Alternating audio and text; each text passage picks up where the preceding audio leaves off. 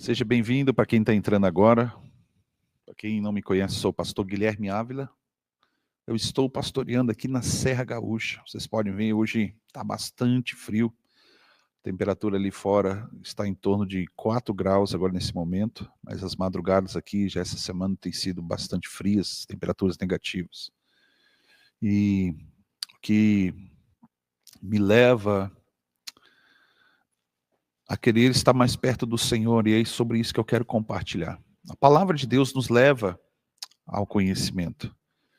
E o conhecimento, segundo o que Jesus diz, conhecereis a verdade, e a verdade vos libertará. Amém?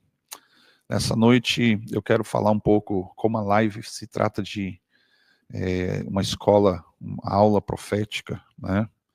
Quero falar um pouco sobre o contexto do profeta da adoração, ou o apóstolo da adoração chamado Davi.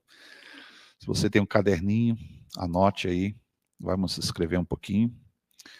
E gostaria que você tivesse um pouco de paciência. Nós temos, segundo o pastor Caio, uma vigília ainda para tocar pela frente, tá bem? Se você tem a sua Bíblia, abra comigo aí no livro de 1 Samuel, capítulo de número 19. Eu quero ler um texto que diz assim. Deixa eu abrir aqui direitinho. 1 Samuel, capítulo 19, versículo 18, diz assim: Davi tinha, pois, fugido e escapou, e foi ter com Samuel em Ramá. E lhe contou detalhadamente tudo o que Saul tinha lhe feito, e o que ele havia tentado fazer. Ele e Samuel, então, refugiaram-se em Naiote, casa dos profetas, aonde ali passaram a morar. Amém? O contexto um pouco para você poder entender: Davi estava sendo perseguido por Saul, porque Saul estava endemoniado. Vamos colocar essa linguagem, essa palavra. Ele estava frustrado, sendo influenciado de uma forma maligna para que destruísse aquilo que Deus havia colocado sobre Davi. O trono, não somente o trono, mas segundo o coração de Deus. Mas eu quero usar apenas esse versículo neste momento, para você poder lembrar um pouco da história, quando Deus permite, segundo a vontade do povo, que se levantasse um rei, segundo o coração do povo. Deus levanta Saul e Saul recebe alguns direcionamentos de Samuel para que ele descesse à casa dos profetas da adoração e ali fosse cheio do Espírito Santo e se tornasse um novo homem. Algo aconteceria, uma transformação, um coração novo, uma nova mente. Mas havia uma série de determinações que Deus havia dado para Samuel, para que Samuel orientasse Saul. E Saul, ele não seguiu em obediência. Ele chegou aí à casa dos profetas da adoração, foi cheio do Espírito, profetizou, se transformou num novo homem.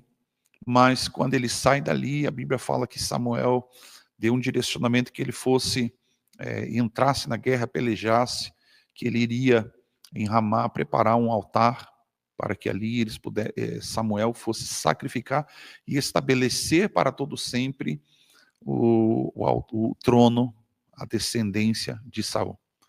E quando Saul sai daquele ambiente, a Bíblia diz que ele já saiu determinado no seu coração em não fazer aquilo que o profeta havia orientado. Desculpe.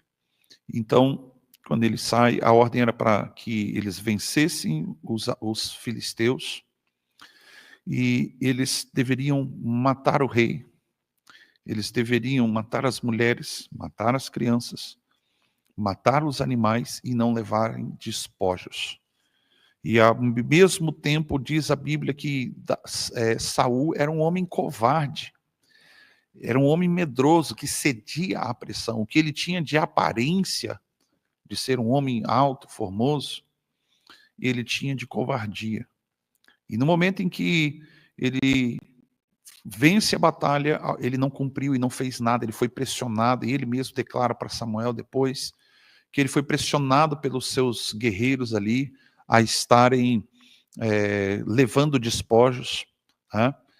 Saul poupa o rei, alguns homens casaram com as filhas dos filisteus, e a pior coisa que Saul fez foi levar os animais que Samuel havia determinado que fossem mortos, que fossem levados ali para o altar. E a Bíblia diz que tardando Samuel, o povo pressionando Saul, me lembra uma história muito parecida lá em Êxodo 32, Arão é pressionado porque Moisés tardava a retornar do monte, e o povo pressionou e ele fez um bezerro de ouro.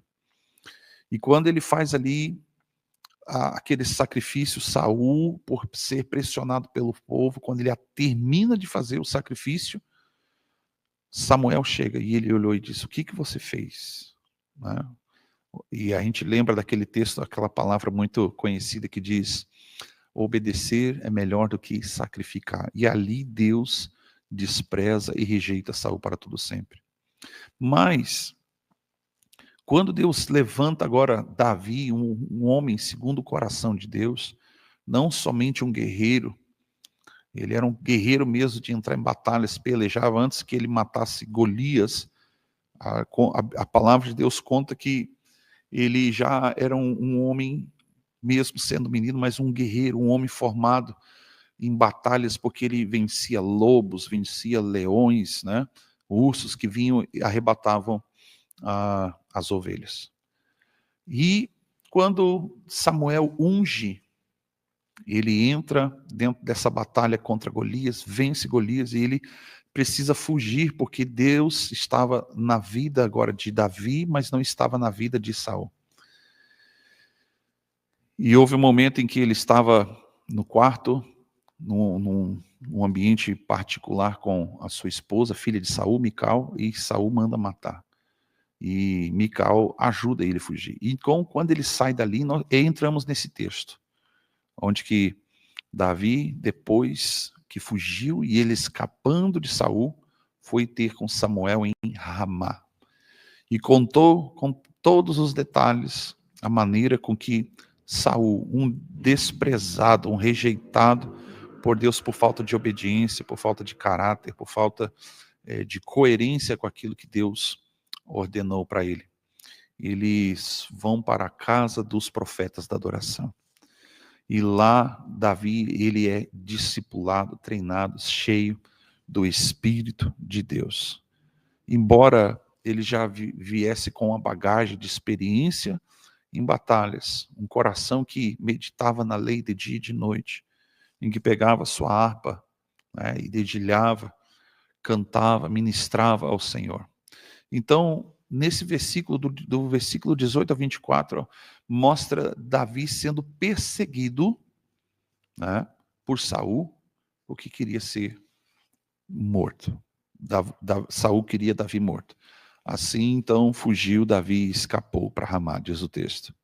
Então, observe que quando eles foram para a casa dos profetas, a Bíblia conta a história ali, que ali havia uma escola de profetas, uma companhia de profetas, onde havia uma intensa adoração.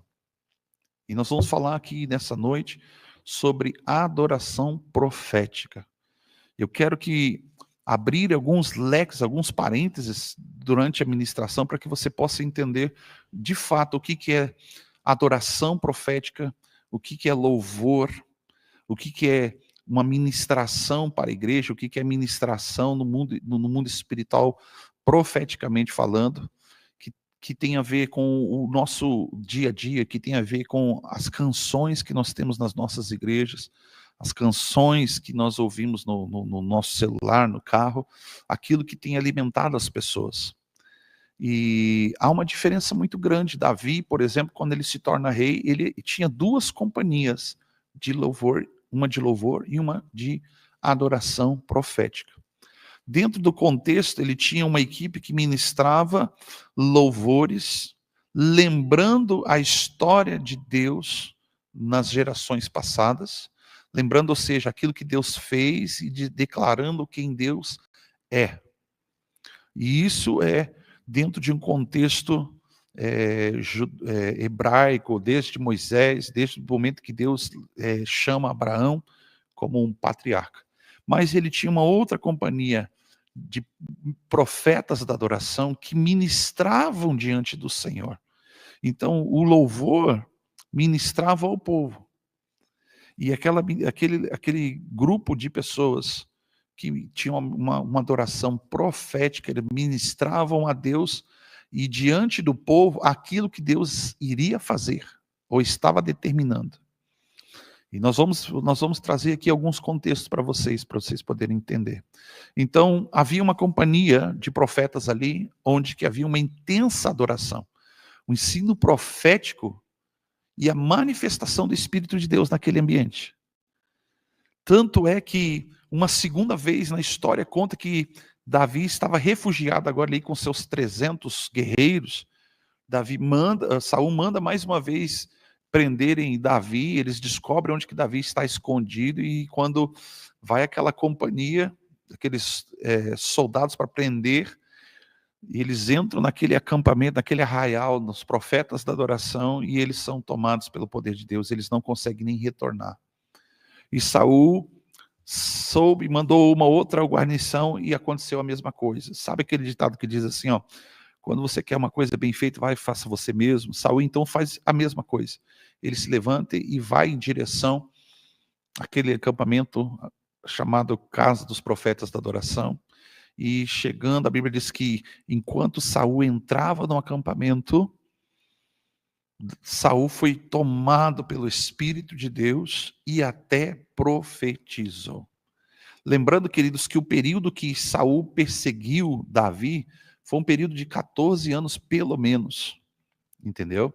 Foi um período de 14 anos ao qual ele não estava fugindo de uma responsabilidade, ele não estava fugindo de um chamado, mas ele estava fugindo de uma perseguição, ou seja, nós vemos aí o mundo espiritual tentando estancar, cortar a adoração profética, ao qual Davi estava sendo levantado num período que, segundo ele mesmo, quando ele é rei, ele chama e reúne os seus generais, os seus soldados, os anciãos, os conselheiros do reino, ele diz assim, ó, vamos trazer de volta a arca do Senhor para nós, vamos trazer a arca de Deus para o seu devido lugar. A intenção de Davi era boa, o desejo de trazer a arca e colocar ela no devido lugar, que era Jerusalém, era correta, mas ele não sabia como fazer isso. E nós sabemos a história que quando eles trazem a arca da aliança, 2 jovens ministros, levitas ali, que desconheciam o que era adoração dentro do tabernáculo. E eles trazem a arca de Deus sobre uma carroça, e trazendo essa carroça, simboliza a forma com que foi recebida a carroça. A carroça, lembrando que ela foi pelos filhos de Eli, o sumo sacerdote, foi levado ao meio do campo de batalha contra os filisteus, mais uma vez, e ali eles perdem a arca da aliança. Eles perdendo a arca da aliança ali, a arca foi levada para um exílio, e houve confusão no arraial, quando a arca de Deus estava diante da estátua de Dagon. Quando eles recebem, deu confusão, eles recebem a arca de volta numa carroça. Isso representa um sistema pagão de adoração. Isso representa uma maneira artificial, mecânica de adoração, que mais tarde, como o próprio Davi diz, vamos trazer a arca. Nós não adoramos diante dela desde os tempos de Saul, ou seja, desde o momento em que a arca foi perdida. Então, quando Ofni e Finéias perdem a arca, ela é levada de volta para o território do povo dos israelitas, do povo de Israel, e quando eles recebem a arca de uma carroça, eles colocam numa casa, na casa de um homem, de um sacerdote, chamado Obed.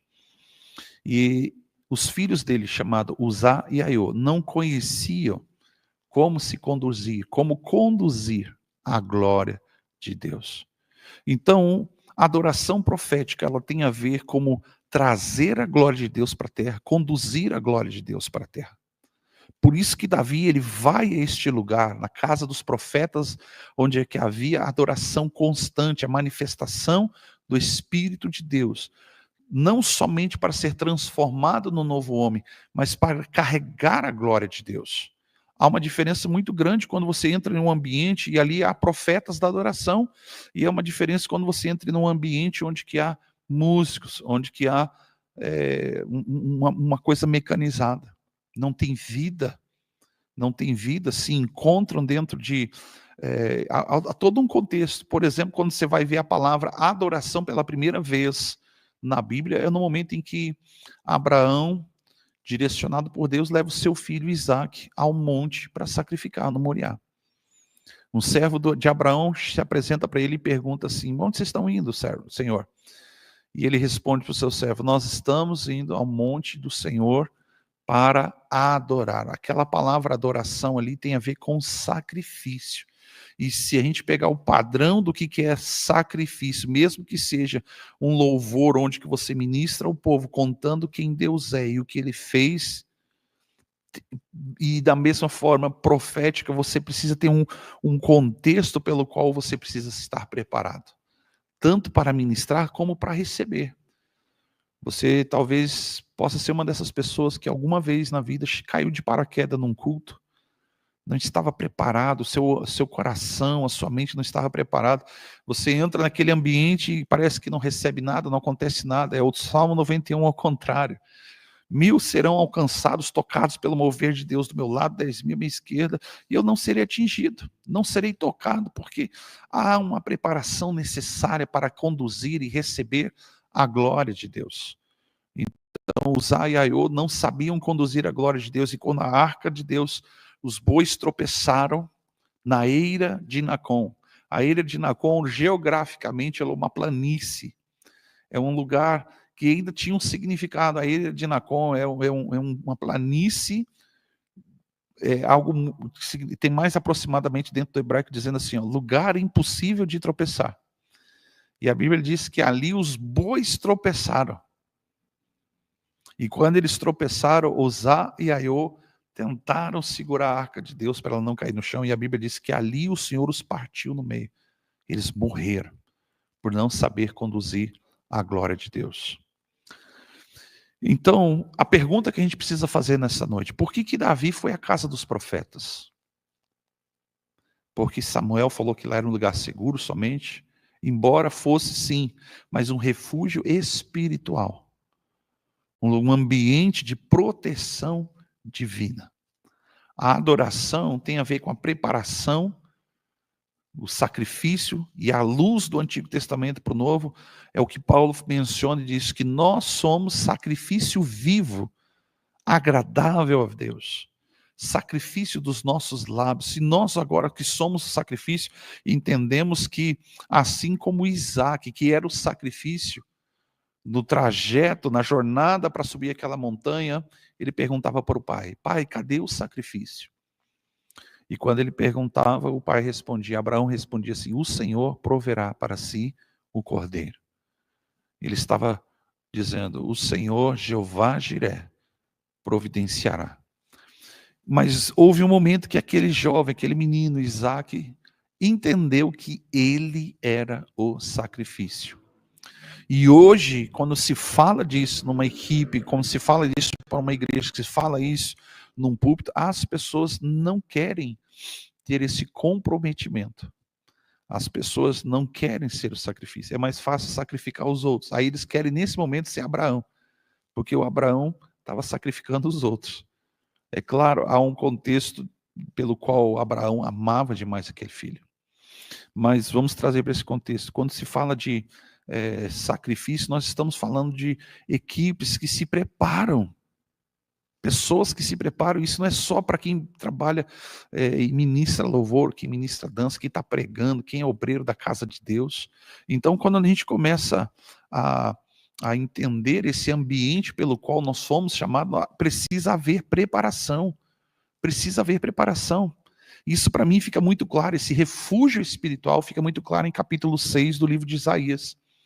Quando Isaías declara assim: no ano que morreu o rei Uzias, eu vi o Senhor assentado sobre um alto e sublime trono. E quando ele declara, do capítulo 1 até o 6, ele está vendo, olhando para a nação, liberando a palavra de Deus, profeticamente falando, e ele não consegue ver esperança. Ele não consegue porque ele está olhando de uma forma horizontal, terra. Ele não está olhando da forma e a maneira pelo qual os céus vê.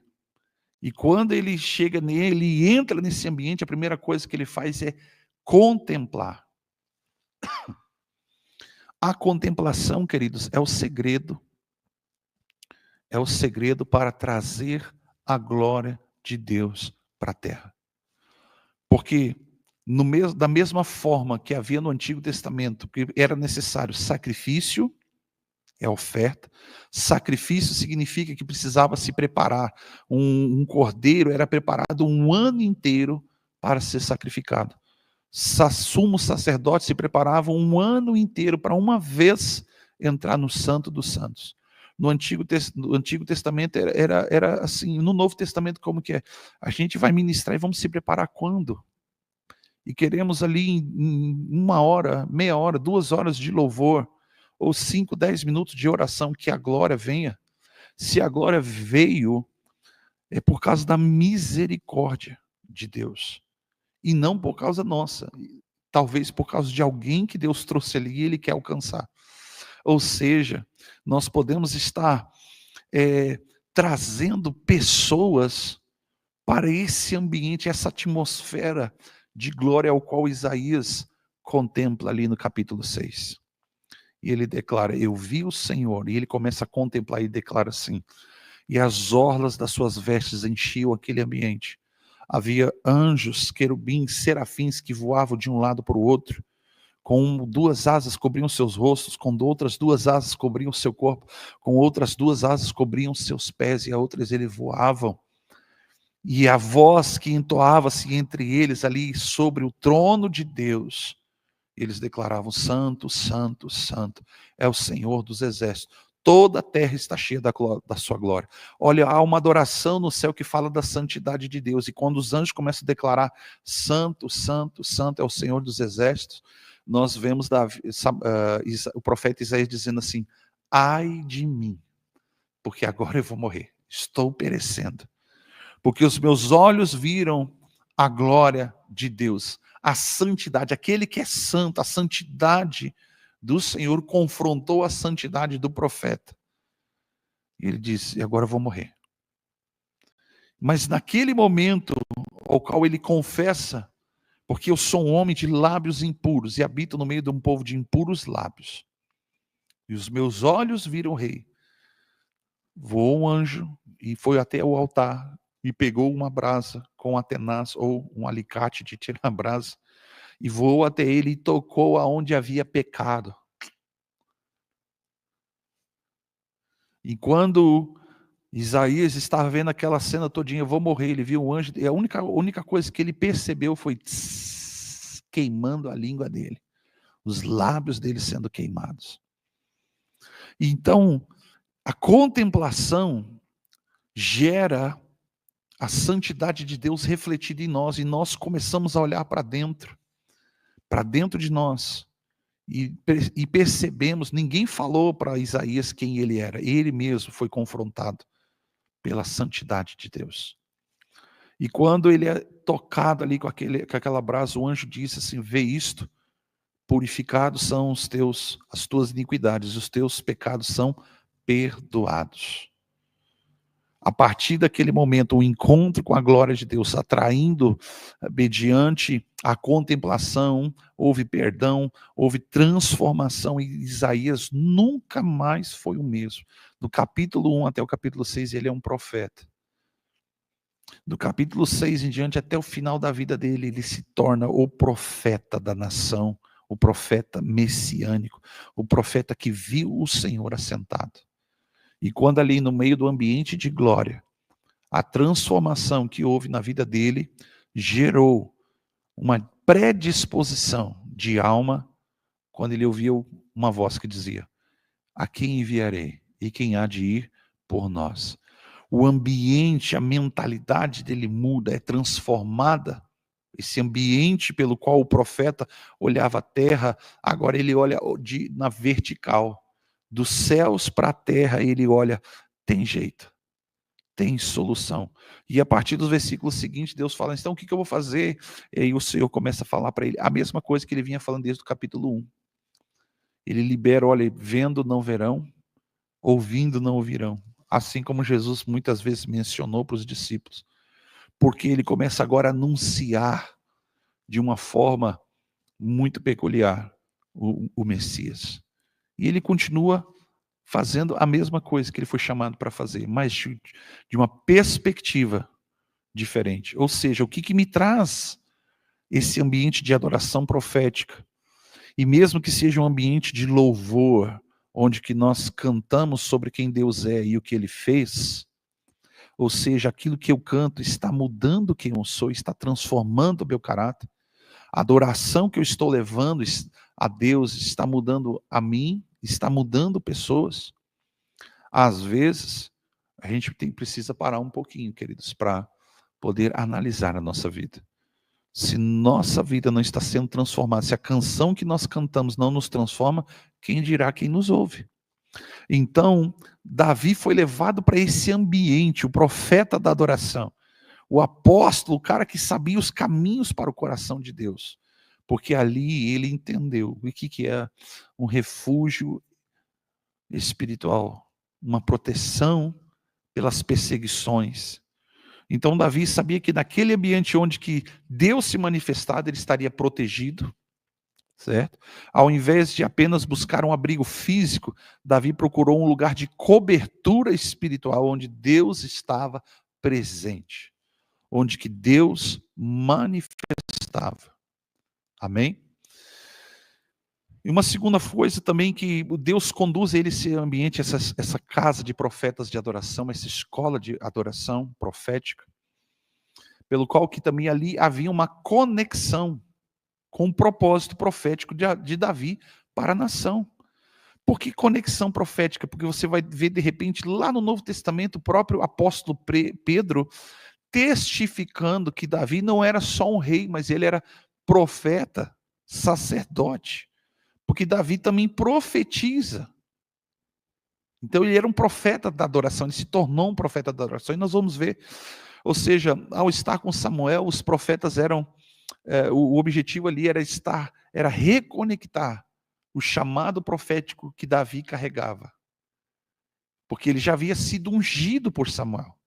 Mas reconectar o propósito do chamado profético. O chamado profético não tinha tanto a ver com a questão do reinado, mas aquilo que ele iria profetizar, apontando para Jesus, liberando e direcionando um povo.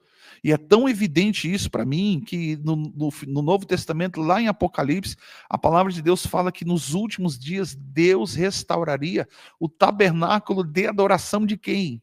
De Davi. Então, quando esses profetas, ministrando, discipulando Davi, pelo período que ele podia permanecer, eles estavam reconectando Davi no propósito, chamado profético que ele tinha para a nação e acerca de Jesus. Ou seja, nos momentos de crise, Davi também buscava lembrar-se de renovar a sua identidade. Nós precisamos ter esse entendimento, que a casa da adoração, o ambiente, e sabe, queridos, você precisa encontrar um lugar. E um lugar não é um lugar físico. Não é a placa, não é a denominação, não é o congresso, não é a conferência, não é o estado, não são nomes, não são títulos. Jesus, ele disse, quando você for orar com o Pai, entra no teu quarto e fecha a porta. Esse é o lugar, ele está dizendo que esse lugar é dentro de você. É dentro de você, que ali em secreto o Pai se revela a você. E Jesus deixa claro isso quando ele se assenta com uma mulher no poço de Jacó, uma samaritana, que tinha fome e sede do Senhor. Ela queria, aguardava pelo Messias. E ali ela diz para Jesus: vocês judeus dizem que é em Jerusalém o lugar de adorar. Nós adoramos aqui nesse monte, porque os nossos pais adoraram nesse monte. E Jesus diz para ela: olha, vocês adoram o que vocês não conhecem. Ministrar aquilo que nós não conhecemos.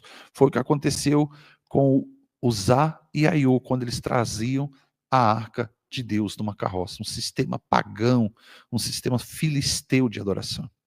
E Davi ficou indignado quando isso aconteceu. E ele se derramou, ele foi sincero, ele declarou uma frase dizendo assim: ah, como trarei eu para mim a presença da glória de Deus. Era o desejo do coração, e a Bíblia diz que a arca de Deus ficou mais 3 meses na casa de um outro sacerdote. E ali nesses 3 meses, o que ele fez? Ele voltou para a palavra, e ali ele descobre, ele é lembrado, como o Salmo 73 de Asaf, quando ele tinha inveja das pessoas. Ele estava no auge do seu ministério.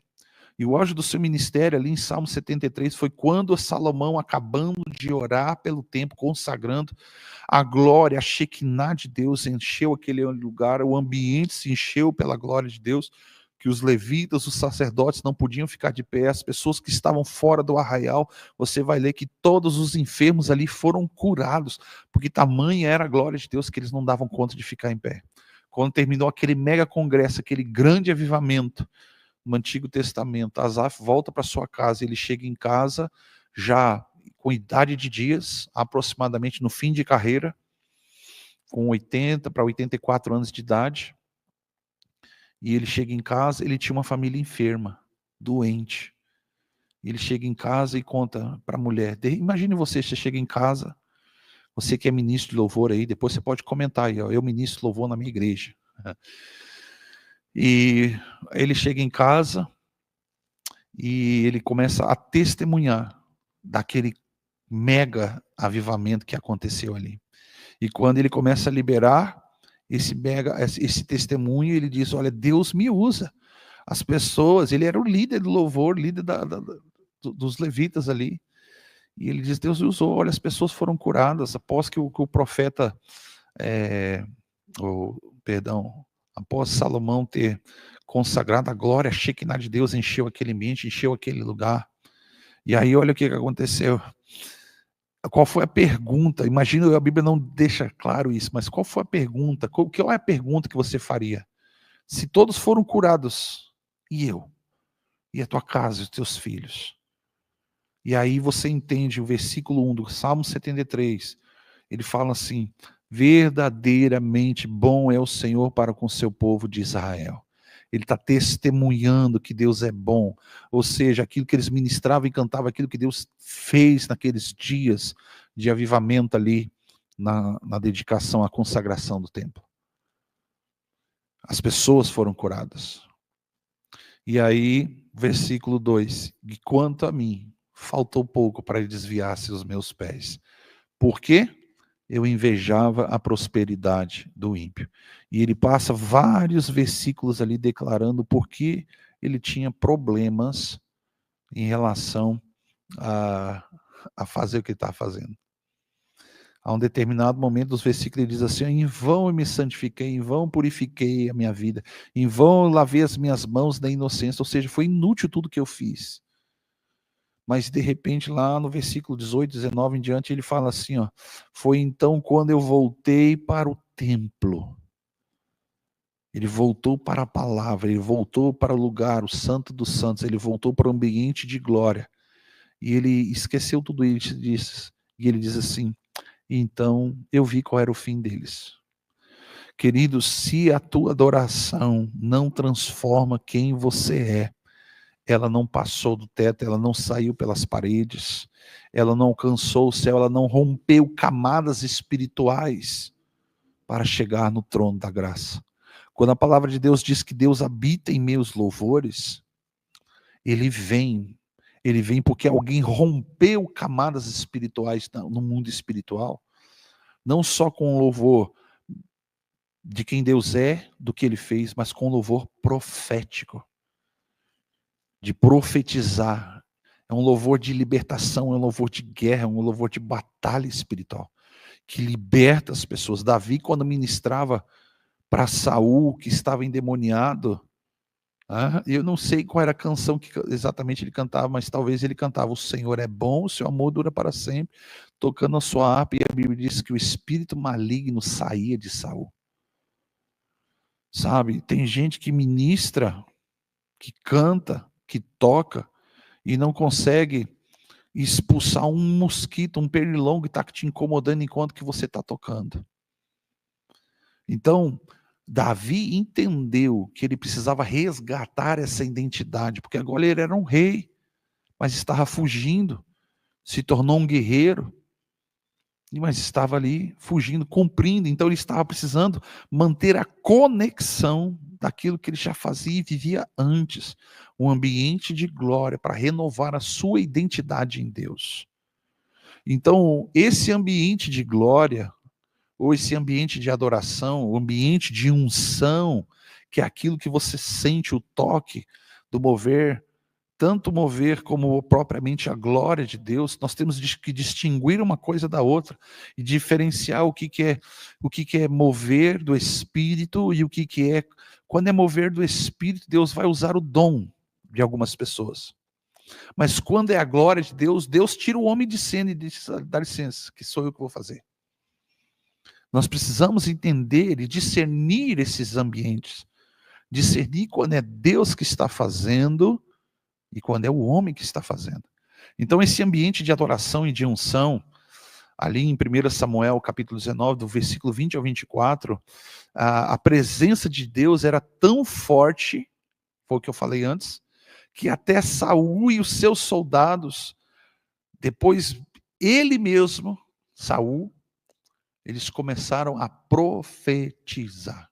Eles foram cheios do Espírito Santo de Deus. A presença, o ambiente da glória era tão palpável, era tão tangível, que mesmo aquele cara perseguidor de Davi, perseguidor querendo exterminar com a adoração profética que Deus estava levantando naquela nação, havia muitos propósitos quando Deus fosse levantar Davi como rei, dentro desse contexto. Ali em 1 Samuel, capítulo 19, versículo 20 até o 24, a presença do Espírito era tão forte que até Saul e os seus soldados começaram a profetizar. Eles começaram a ministrar. Não era porque havia uma canção bonita, não era porque havia um instrumental bonito, não era porque tinham vozes bonitas, era porque aquele ambiente que foi gerado de dias de consagração, de contemplação, trouxe do céu para a terra a glória, a Shekinah de Deus. Isso mostra que havia ali uma atmosfera de adoração, quebrantamento, rendição, e Davi necessitava desse ambiente para se alinhar ao coração de Deus, porque é nesse lugar, é nesse ambiente onde que o nosso coração é alinhado. Por isso que eu digo que Davi conhecia os caminhos. Aleluia, estou sentindo a presença de Deus aqui.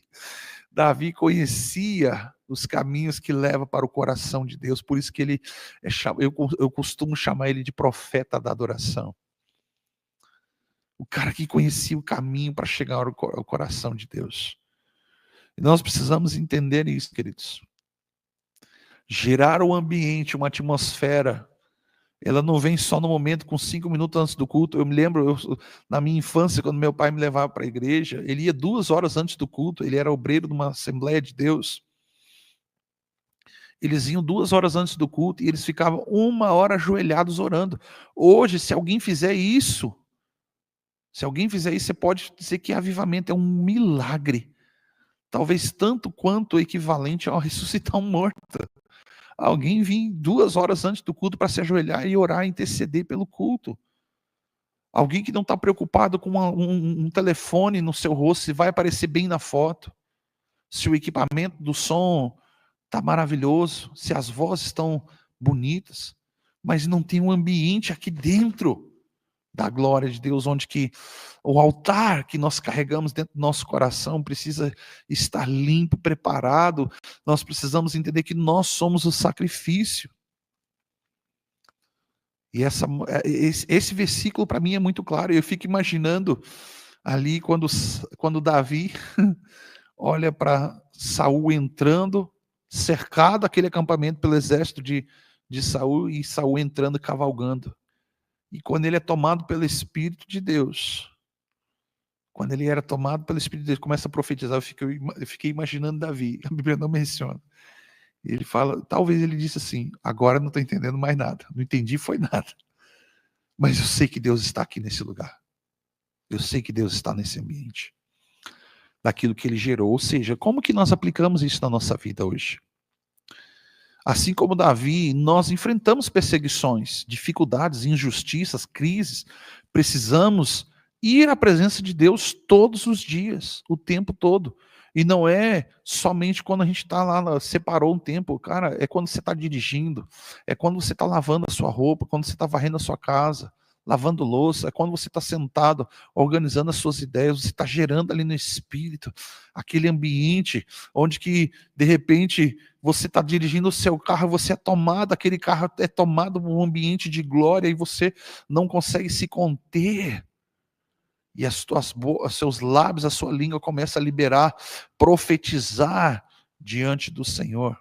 Um contexto pelo qual a gente viu na história o avivamento da Rua Azul, as pessoas não conseguiam, depois de muitos anos, as pessoas não conseguiam chegar a 10, 12, 10 quadras daquela casa, porque o ambiente de glória era tão grande. E a história, há relatos que mulheres eram presas por causa de atentado ao pudor, porque elas caíam no chão e rolavam de um lado para o outro e apareciam as suas pernas, apareciam as suas panturrilhas, e elas eram presas porque elas estavam tomadas pela glória de Deus. Há uma transformação que precisa acontecer dentro de nós, e esse ambiente de glória precisa ser manifestado aonde você estiver. Foi o que Jesus falou, não é aqui nesse monte, não é nem em Jerusalém.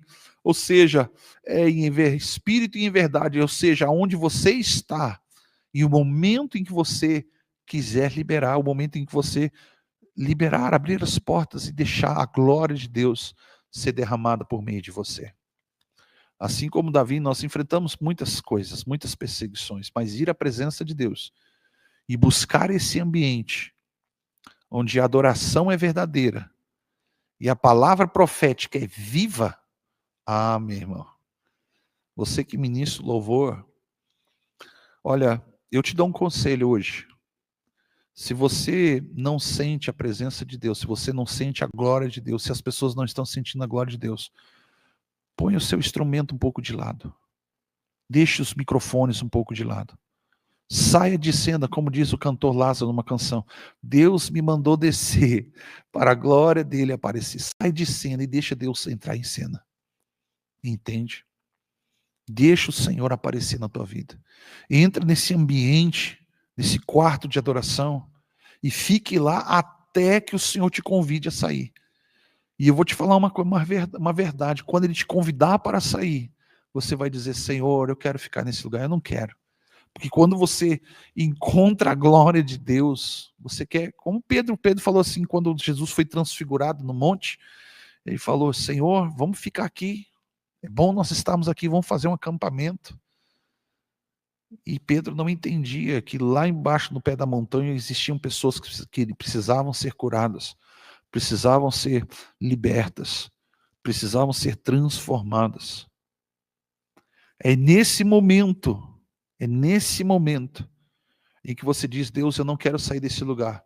Aí Deus pode dizer para você assim uma coisa, agora eu posso te usar, porque não é você que quer fazer, sou eu.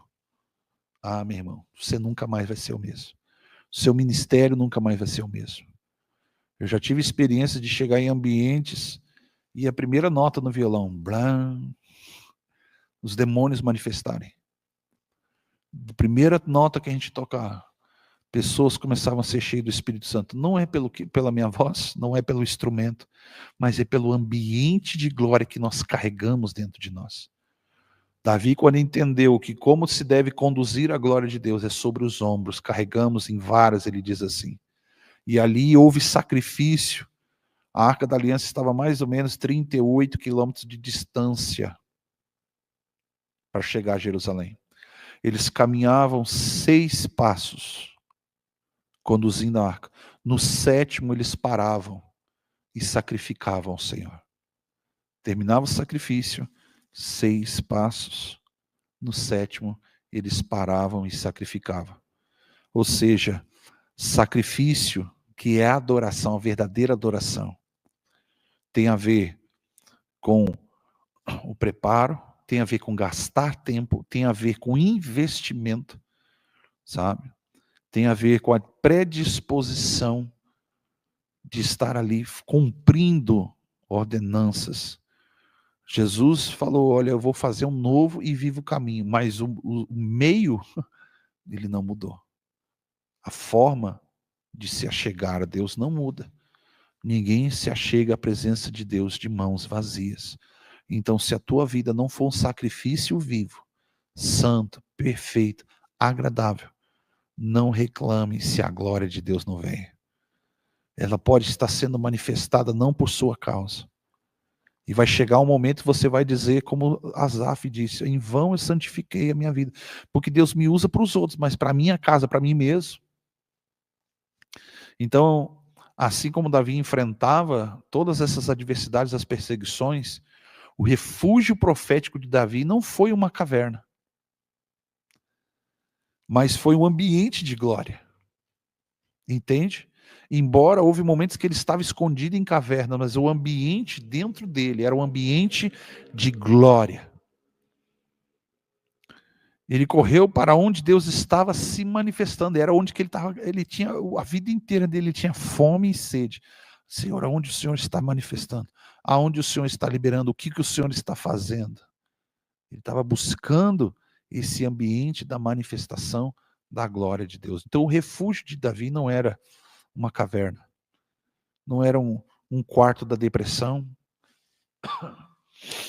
não era um beijo desse tamanho porque não ficou na escala para tocar, para ministrar.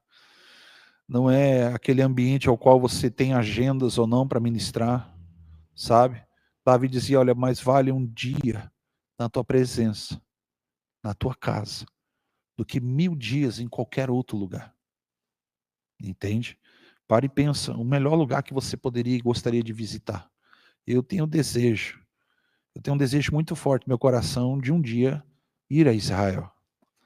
Mas vale muito mais a presença da glória de Deus dentro de mim do que estar em Israel.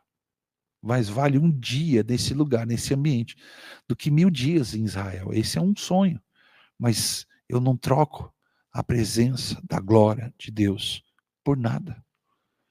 Então, você precisa, se você não consegue sentir isso, clame a Deus, Pai, me dá mais fome, me dá mais sede. Nós começamos essa live aqui quando eu comecei a ministrar, né?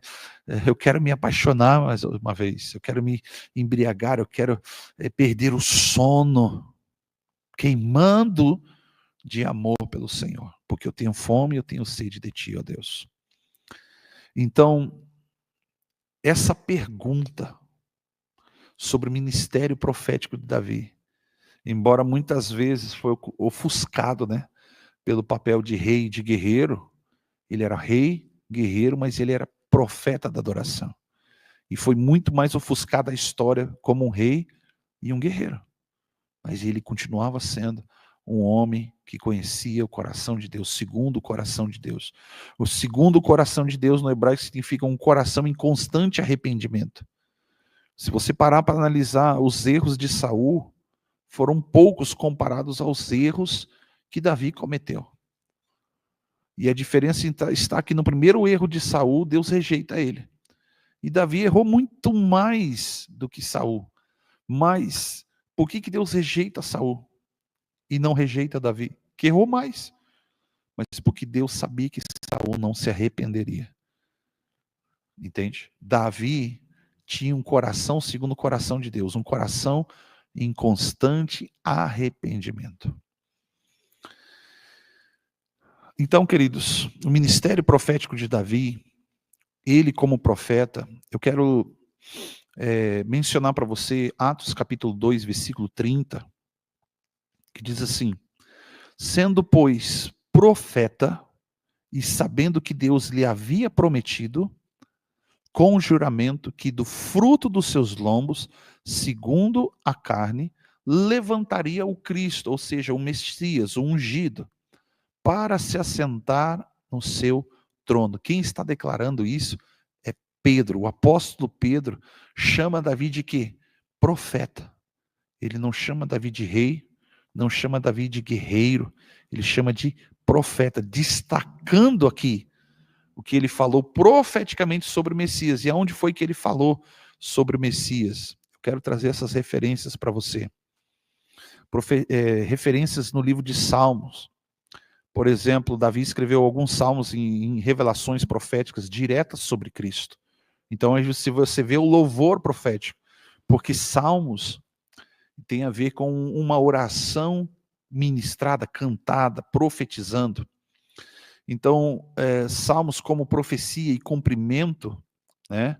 Salmos do sofrimento, no Salmo 22, por exemplo, fala do sofrimento do Messias, onde que ele diz assim, ó, Deus meu, por que me desamparastes? Ele está profetizando porque o próprio Jesus menciona, você vê Jesus mencionando salmos de Davi, e vê outra hora ele está falando sobre o profeta Isaías, tudo aquilo que foi profetizado sobre o Messias.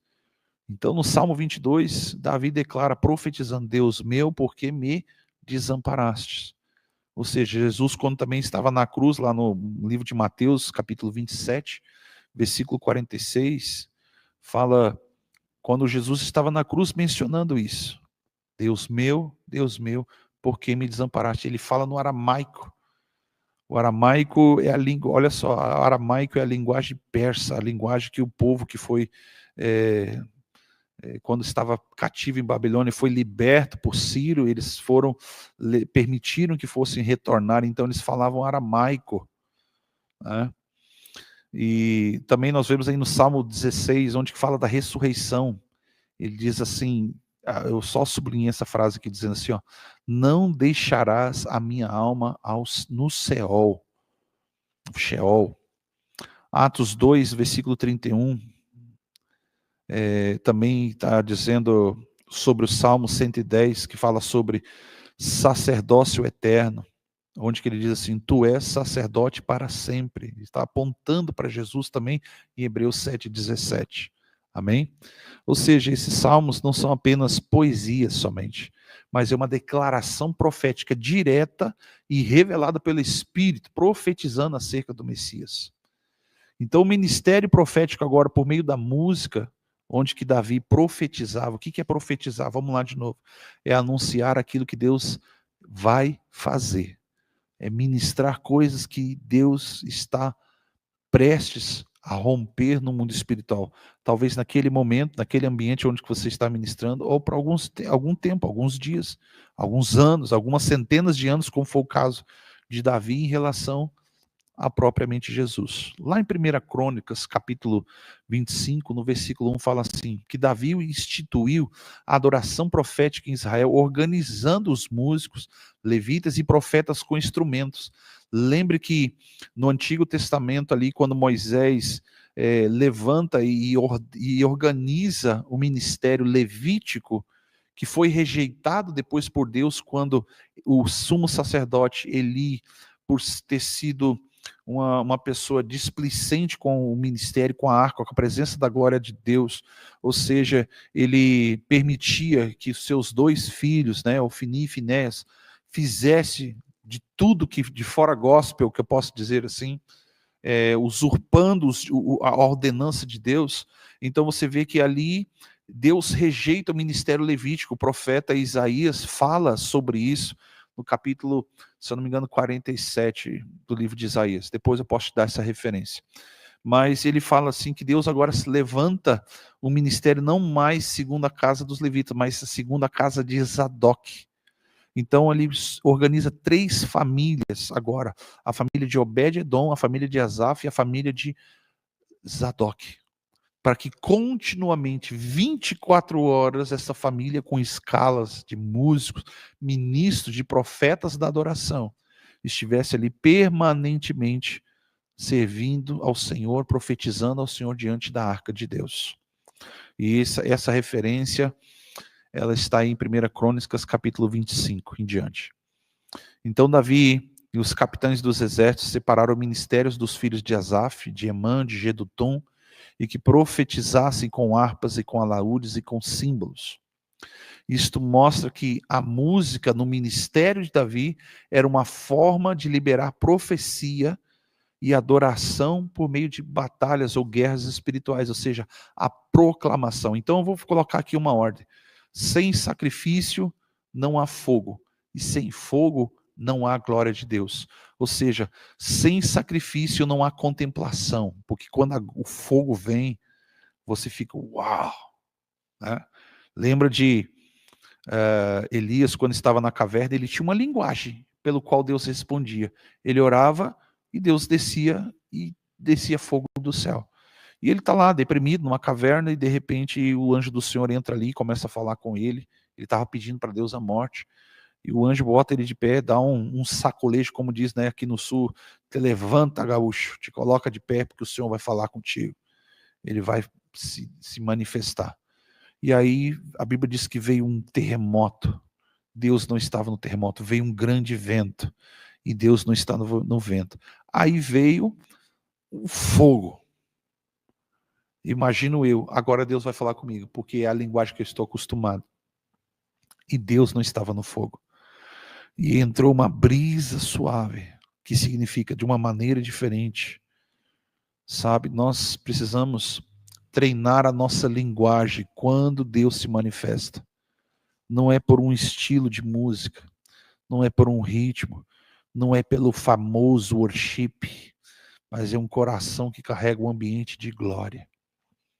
É uma linguagem pelo qual conhece os caminhos que levam para o coração de Deus. Alguns lugares por onde eu andei no Brasil, Deus me deu o privilégio de conhecer pessoas que conhecem o caminho do coração de Deus. E normalmente essas pessoas que conhecem os caminhos do coração de Deus não estão na mídia, não estão nas plataformas, não são nem conhecidos, mas não são conhecidos na terra, mas são conhecidos nos céus. Entende? Então, isso mostra que a música no ministério de Davi não era só uma forma de liberar a profecia, mas também de adoração e de uma batalha, de uma guerra espiritual. O profético, a adoração profética, ela tem a ver com proclamar e profetizar, porque a gente tem o sacrifício, a oferta, a adoração, proclamação e, sacrifício, contemplação e proclamação. Louvor está mais associado com proclamação. Então Davi inseriu aquilo que eles estavam gerando no ambiente de glória, no ambiente de sacrifício, no ambiente de contemplação. Agora eles estão proclamando e anunciando, profetizando. Nós não temos como profetizar sem antes receber do Senhor direção, sem antes contemplar. Entende? Então, quando Davi organiza isso, ele tá trazendo, ele está mudando a realidade, a linguagem, ele está trazendo uma linguagem do céu para a terra, pelo qual nós precisamos oferecer sacrifício, que é adoração, sacrifício vivo, santo, perfeito, agradável, contemplando o Senhor, quem Ele é, o que Ele está fazendo, o que Ele vai fazer. E quando nós estamos como Isaías, precisamos proclamar quem há de ir por nós. Então vem a proclamação. Então, louvor, música, é uma ferramenta de proclamação. A adoração está muito mais associado com o teu estilo de vida, com o ambiente que você gera, com o sacrifício vivo. Não é só com a tua oferta financeira, monetária, mas é com, sabe, o tempo que você se desgasta. Há uma canção que foi muito criticada no Brasil, que é aquela canção que fala, é Ele, por Ele estou gastando a minha vida. Cara, tem gente que diz, isso aí é herético. Não, preste bem atenção. É um coração que pode talvez não conseguir ter chegado nesse ápice, mas deseja e tem fome, perdendo tudo, por amor e com alegria, Isso aí é para quem encontrou os caminhos do coração de Deus. Então Davi, quando você vai ver ele ofertando para a construção do templo, ele gastou muito, muito ouro. E a Bíblia diz que ele não tirou do reino. Ele tirou do seu tesouro pessoal. Olha a chave aqui. Lá no Novo Testamento, livro de Apocalipse, quando Deus fala que vai restaurar o tabernáculo de Davi, uma daquelas igrejas está apontando para os nossos dias. Ele fala assim, ó, aquele que tem a chave que abre portas e ninguém fecha, e fecha e ninguém abre. Quando o apóstolo João está mencionando esse contexto, ele está referenciando ao tesoureiro de Davi. Porque é ele que está falando sobre o tabernáculo de adoração de Davi, lá no livro de Apocalipse. Que Deus está restaurando nos últimos dias o tabernáculo de adoração de Davi. 24 horas, aonde você estiver, a hora que você quiser. E aí significa que Davi tinha um tesoureiro, ele tinha uma chave que dava acesso aos tesouros do rei. Ou seja, desse ambiente que você está gerando, nesse quarto de adoração, nesse ambiente ao qual você está buscando ao Senhor, você tem acesso às riquezas do nosso Deus. E essas riquezas, como eu vi algum irmão que colocou agora ali, meu Deus, quantas chaves. É acesso às riquezas de Deus, é a vida, é a cura, é a glória, é a transformação, sabe? É a renovação de um novo homem, é a transformação de caráter, são frutos do Espírito, tem muito mais a ver com aquilo que Deus está tornando em você, mudando dentro de você. Isso sim é verdadeira adoração, em espírito e em verdade, entende? Acesso aos tesouros do rei. Aquele que abre portas e ninguém fecha, e fecha e ninguém abre. Todo mundo usa esse texto para outro contexto. Entende? E não deixa de estar errado, porque nós podemos profetizar também dessa maneira. Mas a referência pelo qual o apóstolo João está falando, abre portas e ninguém fecha, e fecha e ninguém abre, ele está mencionando sobre a chave de Davi. Ele está dizendo ali, aquele que tem a chave de Davi. A chave de Davi é o tesoureiro que tem a chave para o acesso aos tesouros do rei. Por que os tesouros do rei? Porque Davi investiu muito, muito ouro mesmo. Toneladas e toneladas de ouro para a construção do templo. Entende? Então, a adoração, queridos, vai custar tempo, vai custar dinheiro, vai custar investimento. Sabe? Porque se você for usar essa linguagem que vai ser gasto, logo você tem uma mentalidade que não tem retorno, mas investimento tem retorno. Qual é o retorno do investimento no seu ministério? Tem gente que não investe. Tem gente que espera o seu líder enviar ele para um congresso, uma igreja que tenha condições talvez de enviá-lo para um seminário, botar numa escola de música, uma escola de vocal, enfim, sabe, mandar para uma escola de profetas. Aleluia, isso é bom. Mas qual é a tua oferta? Qual é o teu sacrifício? Quando você entender que você é o sacrifício, não vai te custar muito, vai te custar tudo. Vai te custar tudo. Entende? Isso tem a ver com o que Jesus falou assim, ó, aquele que quiser vir após mim, negue-se a si mesmo, tome a sua cruz. Quem perder a sua vida aqui, vai ganhar a sua vida lá. Entende? Mas quem ganhar a sua vida aqui, vai perder a sua vida na eternidade. Então está associada a adoração com o estilo de vida que você tem. É uma mentalidade que precisa ser trabalhada dentro de você. Então, quando Davi institui aqui e mostra e começa a colocar algo que não havia, porque antes você lembra que no tabernáculo as pessoas ficavam do lado de fora. E entrava dentro daquele ambiente do átrio apenas pessoas que levariam os sacrifícios. Quem tinha sacrifício para levar, quem não tinha, ficava do lado de fora. Mas também o acesso ao ambiente do santo lugar e do santo dos santos era exclusividade de alguns. Aí vem Davi e ele restaura a adoração, onde que todos têm acesso. Quando ele entra com a arca de Deus em Jerusalém, a Bíblia diz que Mical, sua esposa, criticou ele porque ela não sabia Ela não entendia o que aquele homem estava fazendo. Ela criticou ele porque ele não estava vestido adequadamente diante dos seus súditos. Mas a Bíblia diz que ali havia um jovem chamado Asaf, e quando Asaf e Davi se encontraram, eles foram tomados pela glória de Deus. Sabe, alguém que está carregando, olha, junte-se, fique perto de quem está queimando, de quem está fluindo, de quem está mergulhando, sabe? Gera esse ambiente, só que esse ambiente, quando é gerado em você, ele precisa resultar em duas coisas: a transformação de quem você é e a transformação de quem Deus vai te levar, entende? Não é egoísmo, vou guardar só para mim, como Pedro falou. Jesus disse, olha, Pedro, você não está entendendo, ali embaixo, no pé da montanha, tem muita gente que quer e precisa ser curada, precisa ser alcançada. Então, Davi, ele assume um tipo de profeta também messiânico, dentro do contexto pelo qual ele profetiza, nas suas canções, nos seus salmos. A vida de Davi aponta profeticamente para Jesus. Por quê? Olha só, Davi era um pastor de ovelhas. E Jesus, ele diz, eu sou o bom pastor. O rei rejeitado antes de ser coroado, entende? Davi foi rejeitado como rei por Saul, por muita gente. Assim como Jesus também foi rejeitado por todo Israel.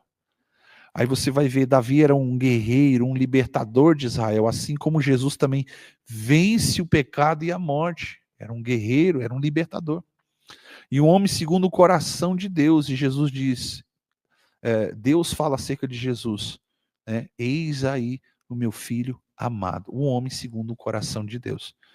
Então, queridos, para a gente seguir aqui, eu sei que estamos aqui pouco tempo, aleluias. Ou seja, Davi exerceu o ministério profético de uma forma completa. No que diz respeito ao ministério profético, ele não comete erros. Ele comete erros como rei, ele comete erros com a sua família, mas como um profeta da adoração, ele sabia muito bem o que ele estava fazendo. Então, Davi exerceu um ministério profético de uma forma completa. Ele ouviu de Deus, falou de Deus, revelou o futuro reino do Messias. Ele recebe do Senhor quando ele está na casa dos profetas. Ele ouviu de Deus, falou de Deus e revelou coisas do futuro acerca do que Deus estava fazendo. Então ele ministra louvor e ele profetiza louvor. Então ele instituiu uma adoração profética que inspirou ali no Antigo Testamento. Todos os cultos a partir daquele momento não foram mais o mesmo. No templo não foi mais o mesmo, entende?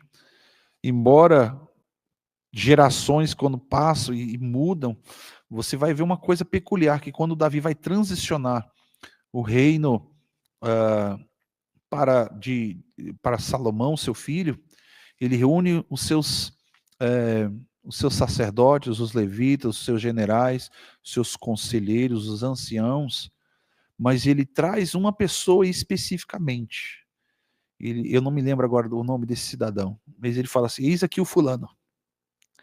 Este homem é perito no que faz, no tanger e no ministrar diante de Deus. Ele dá destaque para esse cara quando ele vai transicionar o reinado para Salomão. Ou seja, ele trouxe um cara que era equilibrado espiritualmente e profissionalmente.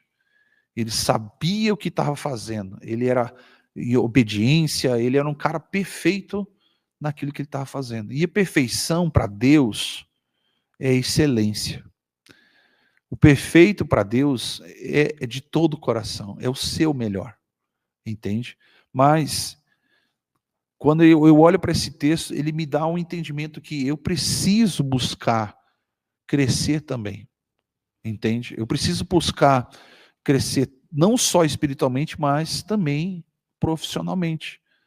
Se você acha que, eu vou cantar, eu canto só pelo mover do Espírito Santo, amém, você é um fantoche.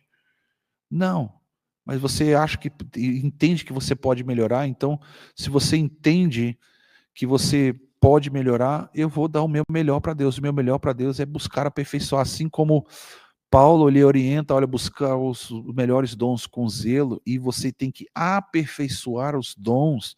Então, se Deus te deu um dom, te deu um talento, te deu um chamado dentro do contexto adoração profética, você pode melhorar.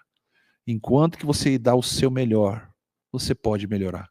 E não exigir também só dos outros que tenha o mesmo padrão que você. Talvez alguém não vai ter o mesmo padrão, o mesmo nível, mas o que é que você precisa avaliar? Ele está ali de todo o coração, está inteiro, está íntegro, entende? Então, essa estrutura ela foi inspirada primeiro por revelação divina. Davi não estava fazendo uma coisa querendo inovar, inventar algo novo para a nação, não.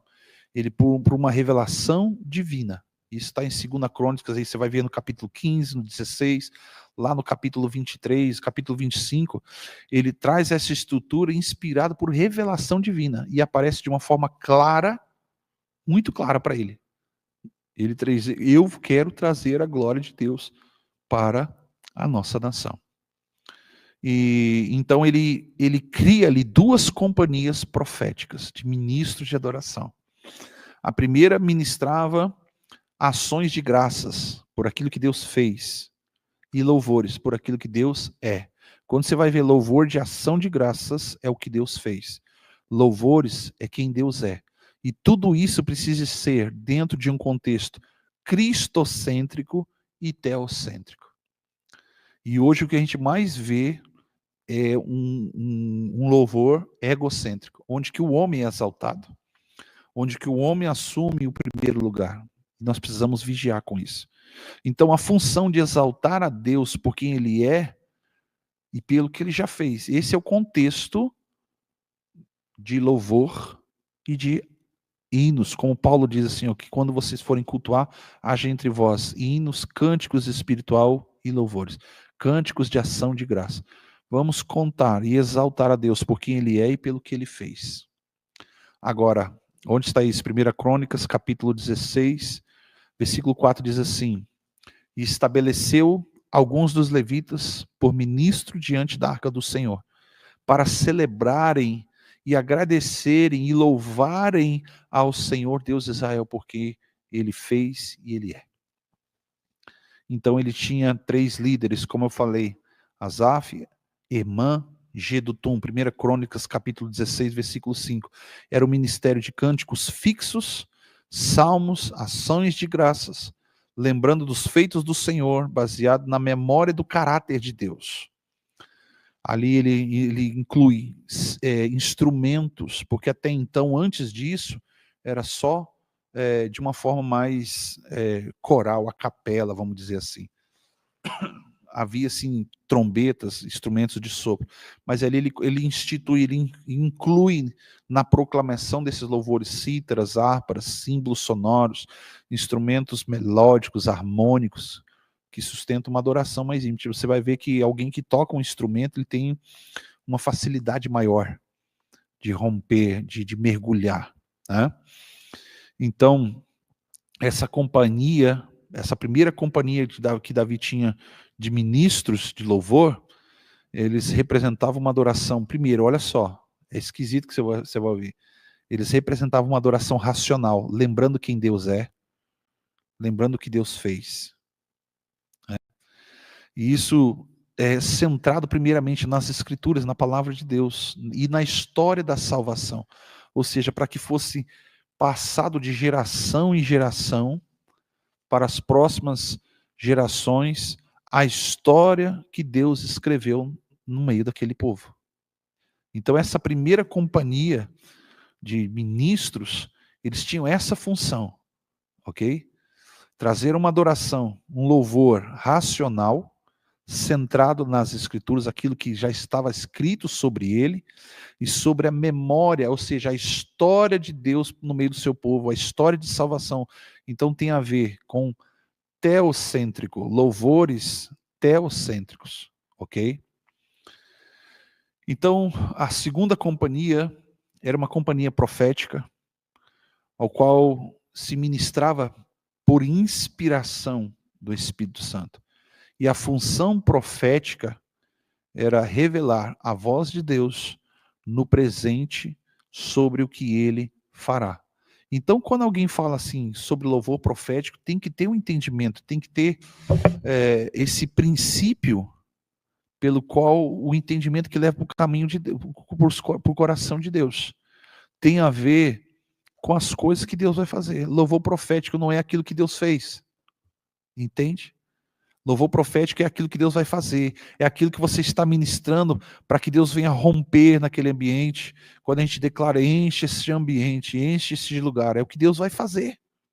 Isso tem a ver com o teocêntrico, onde que Deus é o centro de tudo na sua canção e o que ele vai fazer.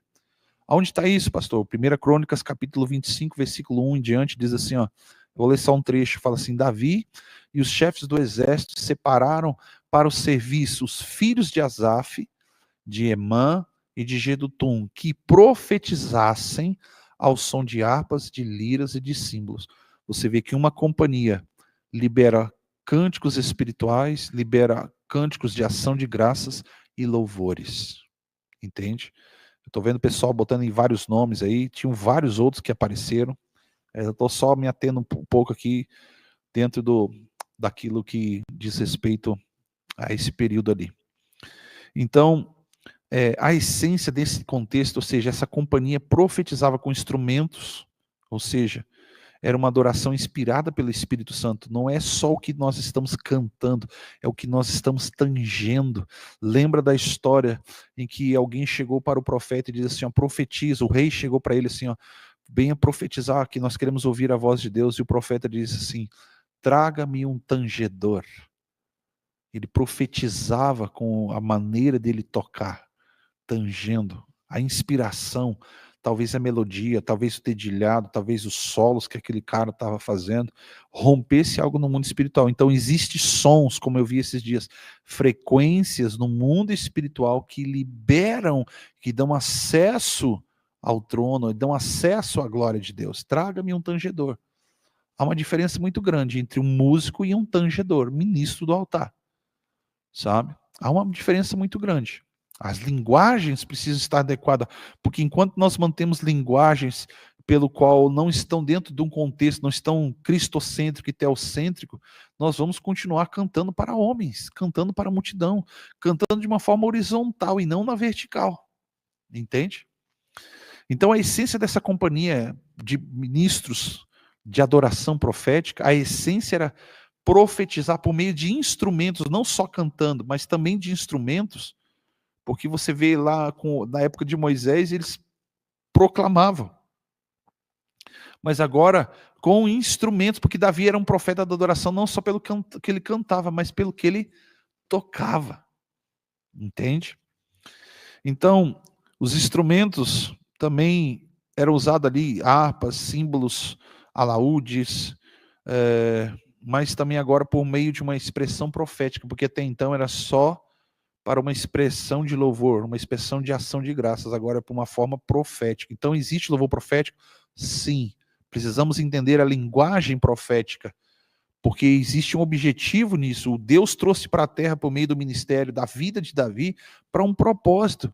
E esse propósito não termina, porque João lá em Apocalipse está falando sobre o tabernáculo de Davi. Está falando sobre a chave de Davi. Está falando sobre o que abre portas e ninguém fecha, e fecha e ninguém abre, que dão acesso aos tesouros do rei. E esses tesouros, olha o que há mais de precioso para um ministro do altar. Lembra qual que era a herança do levita? Não eram terras, não eram florestas, não eram montanhas. Eles não tinham nada comparado na terra que pudesse Deus dar para ele por herança. Mas a herança, segundo o livro de Números, a herança dos levitas era o Senhor. O Senhor era a herança deles.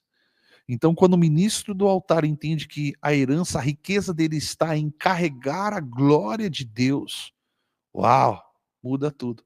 Aí você começa a compreender o Novo Testamento, por exemplo, que lá quando Pedro, ministrando, a Bíblia diz que as pessoas vinham e depositavam aos pés dos apóstolos tudo que tinham. E você vai olhar peculiarmente, tinha um jovem da ilha de Chipre, ou seja, um italiano, não era um levita, não era nem judeu, Um jovem da ilha de Chifre que era ministro, era um levita.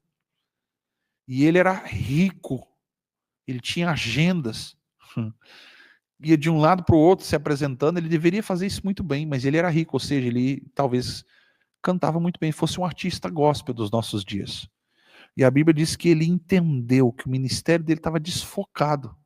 Ele não era judeu, não era da tribo de Levi, e ele vem e vende tudo e deposita aos pés dos apóstolos. Aí entra em cena Ananias e Safira. O cara vendeu tudo e depositou aos pés dos apóstolos, ele deu tudo. E Ananias e Safira, a gente vê no texto que a gente entende que eles estavam acostumados a dar muito. E eles não precisavam ter feito oferta nenhuma, mas eles foram lá e venderam uma terra, uma parte, eles sonegaram ali o dízimo daquela terra e eles morreram. Eles morreram por causa da oferta de alguém que entendeu o que era voltar para os caminhos do coração de Deus. O ministério dele estava desfocado, e quando ele largou tudo para trás e foi correr para o caminho certo, a Bíblia diz ali que Ananias e Safira usurparam, mentiram ali na presença dos apóstolos, o Espírito Santo. E olha por que eles morreram. Não foi só tanto pela mentira. E aí há um contexto. Isso é Novo Testamento. O texto diz assim: e havia ali, naquele ambiente, no meio dos jovens, o temor era grande. Por haver grande temor, aquele homem, Ananias e Safira, morreram. Os jovens que estavam ali. Então veja só, o temor de quem carrega a glória de Deus. Quem não tem temor, morre. A gente vê no Antigo Testamento, Uzá e Aiô morreram por irreverência, segundo o texto. E ali no Novo Testamento, Ananias e Safira morreram porque eles não tinham temor. Mentiram, entende? Então nós vemos que a adoração profética, ela tem a ver, o louvor profético tem a ver com o ambiente que você gera, de transformação em você, de transformação do ambiente. Deus vai primeiro mudar dentro de você para depois mudar fora, alcançar pessoas fora. E tem gente que está querendo ministrar fora, mas não foi transformado dentro. Então, Deus resiste. O que acontece então, pastor? O que acontece é emoção. Uhum. Talvez você algum dia foi motivado por emoção e não pelo Espírito.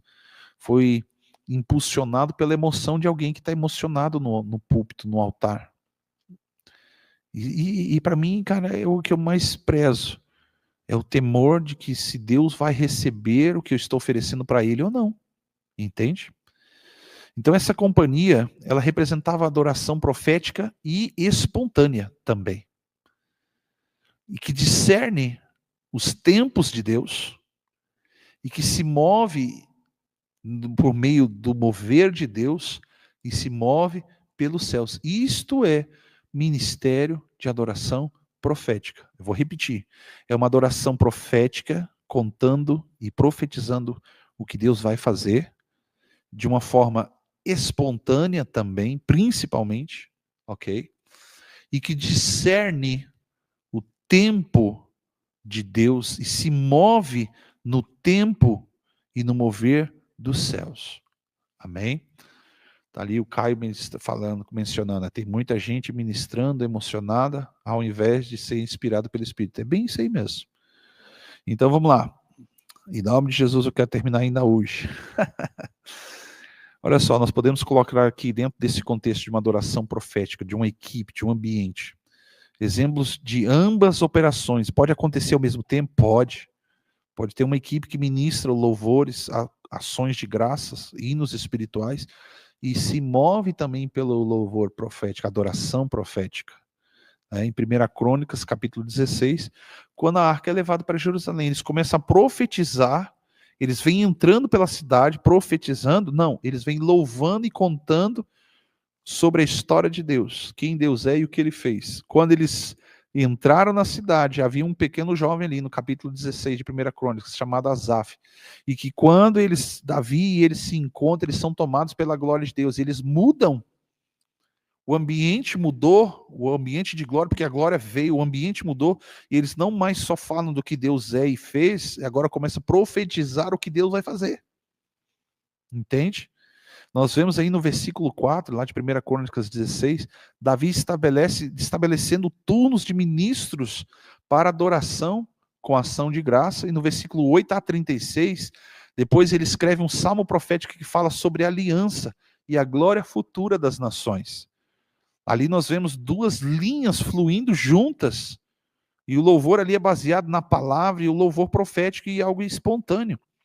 Então, como que se aplica isso hoje? A igreja cheia do Espírito Santo precisa ser equilibrada, com uma companhia, uma equipe que flui dentro deste contexto. Pode ter duas equipes? Pode. Pode ter uma equipe só? Pode. Mas que entenda como que é se mover no louvor e na adoração profética.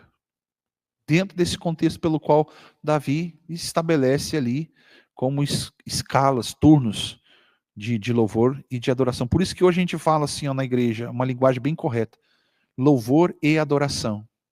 E quando a gente fala isso, a gente está distinguindo muito bem o que uma coisa é da outra. E quando a gente fala e não sabe, a gente tem uma tendência de cometer erros. E a própria Bíblia menciona que o povo de Deus perece por não haver conhecimento de Deus e nem o seu poder. Então, se você não sabe o que você está fazendo, dá uma parada, vai buscar entendimento. Porque Davi, ele parou o propósito. Gente, preste bem atenção. Ele parou o propósito de trazer a glória de Deus porque alguém da equipe morreu. Entende? Uzá e Aiô morreram enquanto eles estavam buscando o propósito. E quando Davi parou 3 meses para poder entender. Ele parou o propósito porque alguém morreu. Então não se preocupe, queridos. Eu vou falar para vocês como o anjo do Senhor falou para Elias: você não é a última Coca-Cola, você não é o último ministro de louvor que vai ter na sua igreja, você não é o único ministro, o único instrumentista, mas você tem que ter esse entendimento: se você está morrendo espiritualmente, se você está morrendo, não tem mais fome, não tem mais sede, não tem mais lágrimas, não tem mais inspiração, para um pouco, porque se você está morrendo, quem dirá as pessoas que te ouvem? Se você tem esse sentimento, para um pouquinho, chega para o teu líder e fala assim: olha, eu preciso ser ministrado, eu preciso ser cuidado. Eu não estou sabendo direito o que é que eu estou fazendo. Ah, meu irmão, os céus vai se levantar e vai aplaudir você, diz, aleluia, alguém entendeu. Entende?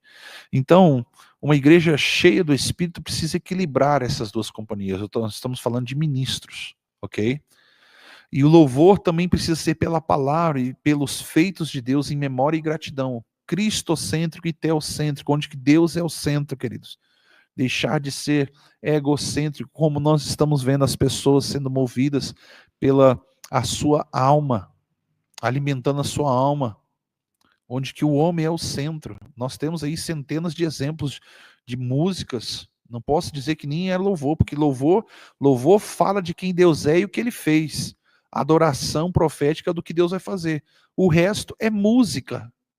E eu quero deixar bem claro, eu não sou um crítico, sabe? Tem gente que precisa. Sabe o que Deus falou sobre música? Ele falou sobre aqueles levitas lá que foram rejeitados quando Ofni e Finéias perderam a arca. Eli morre, né? Quebra o pescoço, estava cego, gordo.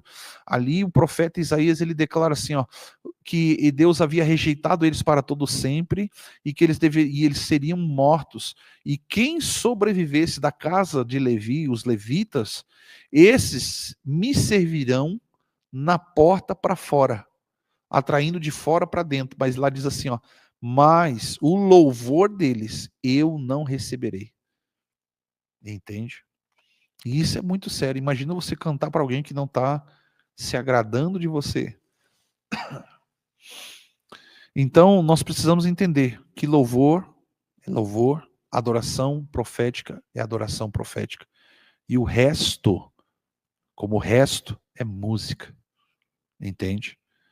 Dentro do contexto do que nós oferecemos para Deus, nós não podemos oferecer para Deus resto ou algo que não nos custe nada. Ok? Então, a adoração profética, ela é sensível ao que o Espírito está dizendo agora.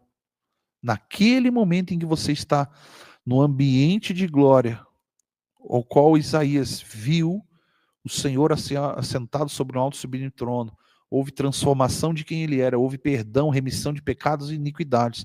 Ele ouviu uma voz dizendo: quem há de ir por nós? É quem eu enviarei. Ou seja, Ministrar adoração profética é o que Deus está dizendo agora, no momento em que você está ministrando. Dentro do contexto daquilo que você preparou. Por exemplo, aqui no início da nossa live, aqui, quando eu estava ministrando uma canção, Deus me mostrou 2 alianças. E não tem nada a ver com casamento. Ok? Enquanto que eu via fechado, com os meus olhos fechados ali, eu via aquela aliança e mesmo ministrando, eu busquei, Deus, o que é isso que o Senhor está mostrando? Ou seja, Deus está restaurando a aliança com o tabernáculo de adoração de Davi. Ele está trazendo para os nossos dias, porque ele é profético, que nos últimos dias Deus restauraria o tabernáculo de adoração de Davi. E eu e você também fazemos parte disso. Lembrando que adoração não é só música. Amém? Então, queridos, você que ministra também, receba. Você que não ministra, receba de todas as formas. Amém? Dentro daquilo que você tem no seu entendimento, receba. Deus está restaurando a adoração profética, o louvor na sua vida, está restaurando o tabernáculo de adoração de Davi na sua vida, está trazendo chaves que abrem portas e não fecham, e fecham e ninguém abre, porque elas dão acesso às riquezas do rei, às riquezas de Deus. E por último, depois nós vamos entrar aí para as perguntas, ok? Depois eu vou pedir ajuda para o Caio aí, para ele também estar me ajudando dessa forma. E a adoração profética e o louvor, ele é uma forma tão importante quanto a ministração da palavra de Deus num culto, porque ela ativa a fé, entende? E a outra, ou seja, o louvor, ele ativa a fé. E a adoração profética ativa a visão. Entende? No ambiente de glória, nós conseguimos ver relâmpagos e trovões, podemos ouvir as vozes que procedem, vêm do trono de Deus, como Isaías viu no capítulo 6. Então eu vou repetir. Louvor, ele ativa a nossa fé, mas a adoração profética ativa a nossa visão no ambiente de glória. Uma nos faz lembrar e a outra nos faz avançar. Este é o propósito pelo qual existe hoje, desde o tempo de Davi no tabernáculo até hoje, o propósito de ministros do altar. Porque uma traz a ativação da fé, a outra traz a ativação da visão. Ou seja, uma faz nos lembrar o que Deus fez e Ele é, e a outra faz a gente avançar para aquilo que Deus está fazendo. Amém, queridos?